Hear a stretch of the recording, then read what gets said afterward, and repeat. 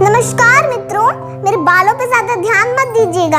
मैं वही पुरानी वाली अर्शिता प्रियंक हूँ और आज बहुत ही अच्छे पोयम के साथ आई हूँ। आज जो मैं प्रस्तुति लेकर आई हूँ ना, इसकी रचना रामधारी सिंह दिनकर जी की है। आइए सुनते हैं ये अद्भुत प्रस्तुति, रह जाता कोई अर्थ नहीं।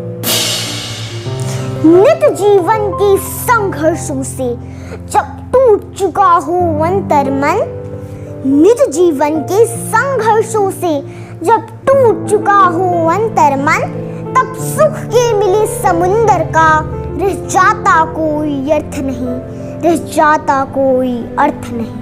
यदि जीवन के संघर्षों की सागर डूब भी गए तो तब सुख रूपी आनंद का कोई अर्थ नहीं रह जाता। जब फसल सूख के जल के बिन तिनका बन गिर जाए, फिर होने वाली वर्षा का रह जाता कोई अर्थ नहीं, अजी रह जाता कोई अर्थ नहीं। जब इंतजार करते करते आदमी थक जाए, उम्मीद का दामन छूट जाए, उसके बाद दिए हुए सहारे का मोल नहीं रह जाता।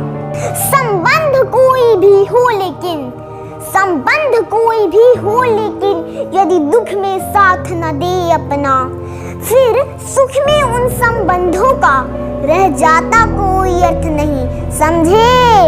फिर सुख में उन संबंधों का रह जाता कोई अर्थ नहीं। सुख में साथ देने वाले तो बहुत हैं, सुख में साथ देने वाले तो बहुत हैं, पर जो दुख में साथ दे वही आपका सच्चा साथी है। इस बात को कभी मत भूलिएगा दोस्तों। छोटी छोटी खुशियों के क्षण निकले जाते हैं रोज जहां, फिर सुख की नित्य प्रतीक्षा का रह जाता कोई अर्थ नहीं, रह जाता कोई अर्थ नहीं। अजी पता है आपको, जीवन हर वक्त छोटी छोटी खुशियों की सौगात देती है, लेकिन आप और हम इसे समझते नहीं हैं। बस उस एक दिन की प्रतीक्षा करते हैं कि कब हमें खुशियाँ मिलेंगी, और इसी इंतजार में हम अपने हर दिन की छोटी छोटी खुशियों की छड़ न्योछावर कर देते हैं। मन कटुवारी से आहत हो, भीतर तक छलनी हो जाए,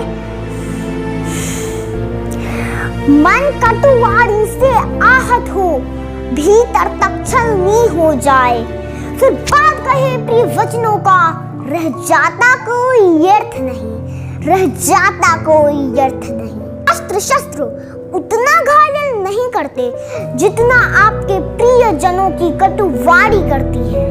एक बार किसी का सीना छलनील कर देने के बाद मरहम पट्टी करने का कोई तात्पर्य नहीं होता है। इसीलिए कुछ भी बोलने से पहले सोचिएगा जरूर। सुख साधन चाहे जितने हो, पर काया रोगों का घर हो। सुख साधन चाहे जितने हो, पर काया रोगों का घर हो। फिर उन अगणित सुविधाओं का रह जाता कोई अर्थ नहीं, रह जाता कोई अर्थ नहीं, अजी रह जाता कोई अर्थ नहीं। चाहे कितने भी सुख सुविधाएं क्यों ना हो आपके पास, पर अगर आपका शरीर ही स्वस्थ नहीं है तो सब बेकार है। इसीलिए जीवन के हर क्षण का आनंद लीजिए।